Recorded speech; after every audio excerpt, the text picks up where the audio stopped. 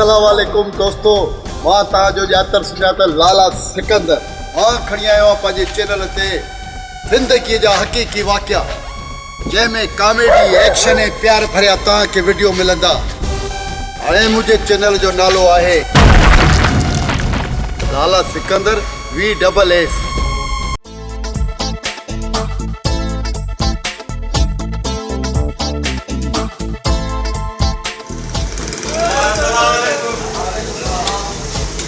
यार बी खबर बुधव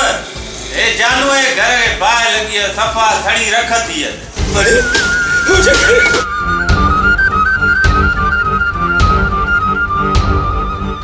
वो मुझे घर सड़ी अरे ए चंद्रो खानू छो भागो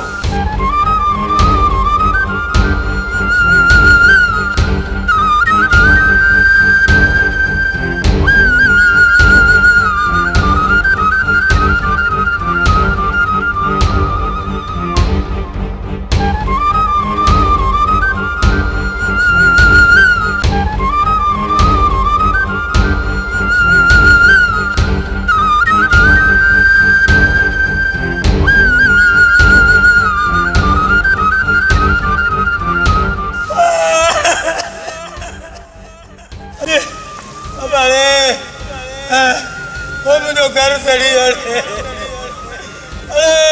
मुझे सजो घर सड़े मुझी साल भी सड़ी वजे पर मुझो प्यारो गधो न सड़े यार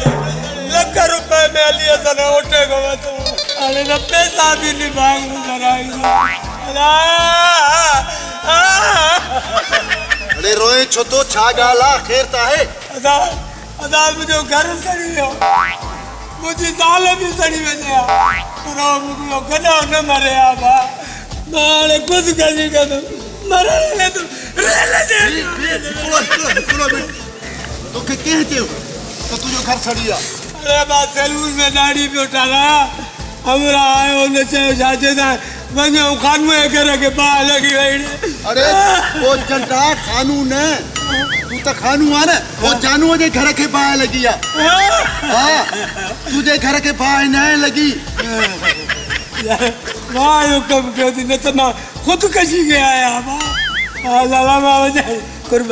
दाढ़ी का थे ठहराया वज दाढ़ी ठहराए मारू खिलंदे हां बेहतरीन वीडियो ॾिसण जे लाइ असांजे चैनल खे सब्सक्राइब कंदा, बेल लाइक ऐं शेयर करणु न विसारींदा।